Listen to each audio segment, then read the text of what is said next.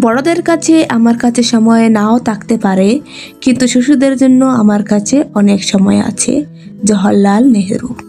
শিশুদের কল্যাণ, অধিকার, শিক্ষা সম্পর্কে সচেতনতা বাড়াতে ভারতে শিশু দিবস পালিত হয়। ভারতের প্রথম প্রধানমন্ত্রী জওহরলাল নেহেরুর জন্মদিন। তিনি শিশুদের খুব ভালোবাসতেন। তিনি ছিলেন শিশুদের অনুরাগী। শিশু দিবস কেবল একটি উদযাপন নয়, এটি শিশুদের সুরক্ষা, লালন পালন এবং ক্ষমতায়নের একটি জাতীয় স্মারক। আজকের শিশু দিয়ে শুরু হয় একটি উন্নত আগামীর পথ। শিক্ষা প্রতিটি শিশুর অধিকার। শিশু দিবসের আন্তরিক ভালোবাসা রইল আমার সকল শিশু শিক্ষার্থীদের প্রতি। তোমাদের জীবন দীর্ঘায়ু এবং উজ্জ্বল ভবিষ্যতের কামনা করি। ধন্যবাদ।